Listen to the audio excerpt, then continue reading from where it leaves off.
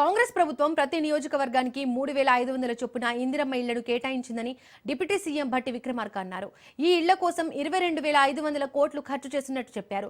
స్థలం ఉన్నవారు ఇల్లు నిర్మించుకోవడానికి 5 లక్షలు అందజేస్తోందని గుర్తు చేశారు. ప్రతి వారం బిల్లులు మంజూరు చేస్తామన్నారు. లబ్ధిదారులకు ఎలాంటి ఇబ్బంది లేకుండా చూడాలని అధికారులకు సూచించారు.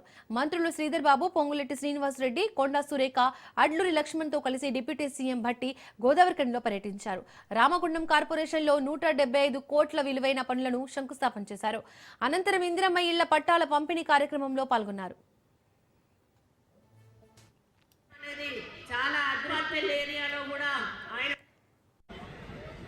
తప్పనిసరిగా ఈ ప్రాంతానికి 800 మెగావాట్స్ పవర్ ప్రాజెక్ట్ ఇవ్వాల్సిందే మా ప్రాంత ప్రజల చిరకాల వాంఛ అని చెప్పి కేబినెట్ లో కూడా మాట్లాడి ఆ కేబినెట్ లో కూడా 800 మెగావాట్స్ పవర్ ప్రాజెక్టు సంబంధించి క్లియర్ చేసినటువంటి విషయం కూడా ఈ సందర్భంగా మీ అందరికీ మనం చేస్తాం.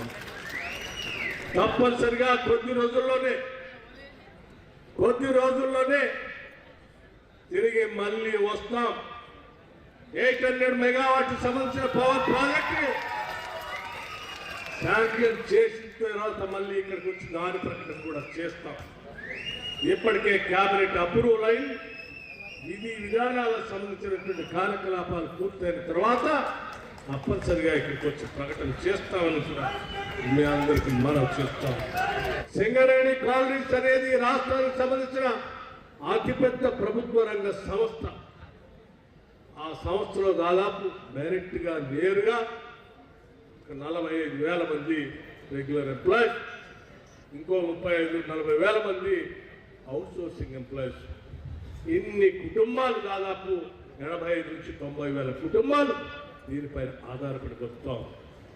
అటువంటి సింగరేణి కాలనీకి సంబంధించిన ప్రభుత్వ రంగ సంస్థని కాపాడుకోవటం మనందరి బాధ్యత.